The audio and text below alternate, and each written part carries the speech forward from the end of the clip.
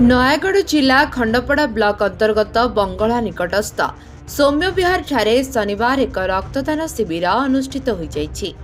पूर्वतन मान्यवर विधायक श्रीयुक्त सौम्यरंजन पट्टनायक जन्मदिन उपलक्षे सारा ओडिशार विभिन्न अंचल रे प्रत्येक वर्ष ए रक्तदान शिविर आयोजन करा जाय।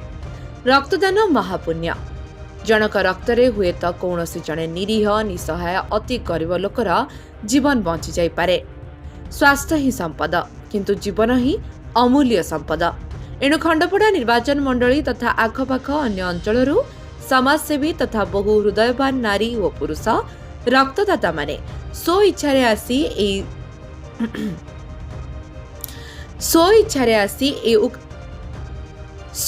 आसी उक्त शिविर रे रक्तदान करिथिबार देखिबाकु मिलिथिला।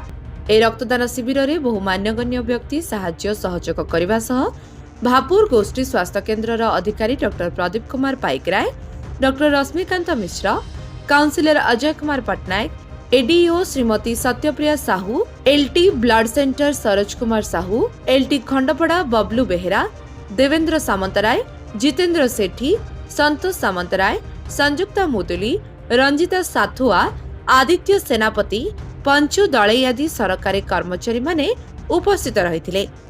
मोट 100 यूनिट रक्त संग्रह करा जायछि बोली शिविर अधिकारी माने सूचना देथिले। प्रति वर्ष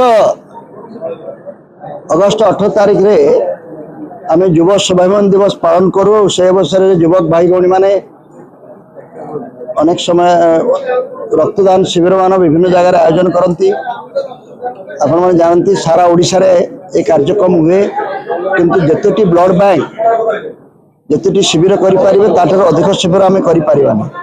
तो आसंता काली जो 18 तारिख रो शिविर सब भर्ती हो जाइथिबारु खंडपड़ार भाई माने मते अनुरोध कले जे आपण गोटे दिन आगुर आसी आम संगे मिशंतु आमे 18 तारिख रे हेबा शिविरटी को आगतुरा करिवु। ब्लड बैंक आज नयागढ़ अवेलेबल अछि। तेणु प्रतिकूल पाग सत्वे जतिकी बंधु ए कार्यक्रम रे जोग दैछंती।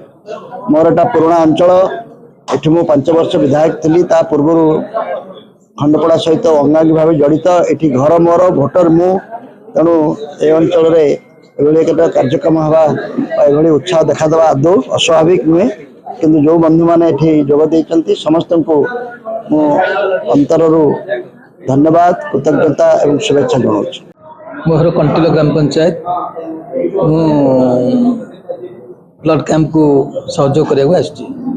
आम ओडिशा तरफ कौन कहिए ये तो प्रति वर्ष ये तो स्वाभिमान दिवस एवं सारंग उपरे प्राय सब वर्ष एटा कार्यक्रम हुए और सारा ओडिशा रे मध्ये कार्यक्रम हुए। तेणु ये जो कार्यक्रम देखा देचे रक्त अभाव क्या मरिया को देवा नहीं, सारंगर जो वैप्लविक पदक्षेप नहीं बोध यहाँ गोटे जुगान्तकारी पदक्षेप और स्मरणीय पदक्षेप। तेणु एथिपाई मु तांको कृतज्ञता धन्यवाद जणाइबी।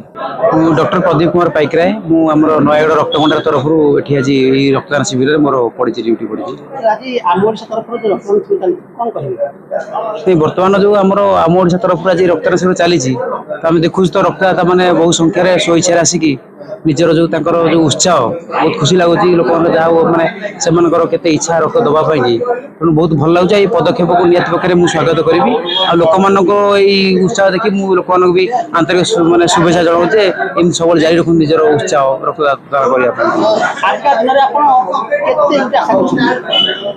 आज तो जहाँ आशा करा 100 ରୁ 150 भलिका यूनिट हो पारे। बर्तमान तो 100 पाखापाखि हो गला तो जहाँ 150 टपी पारे आम आशा करूँ। संतोष कुमार मिश्र नीलमाधव पूजक अंटिल।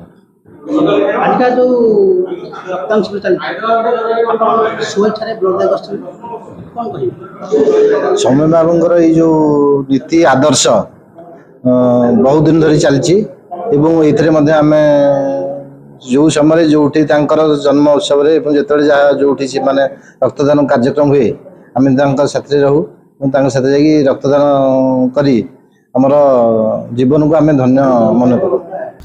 खंडपड़ारू कनकलता प्रधान और सदाशिव पात्र रिपोर्ट लिव लाइव ओडिया।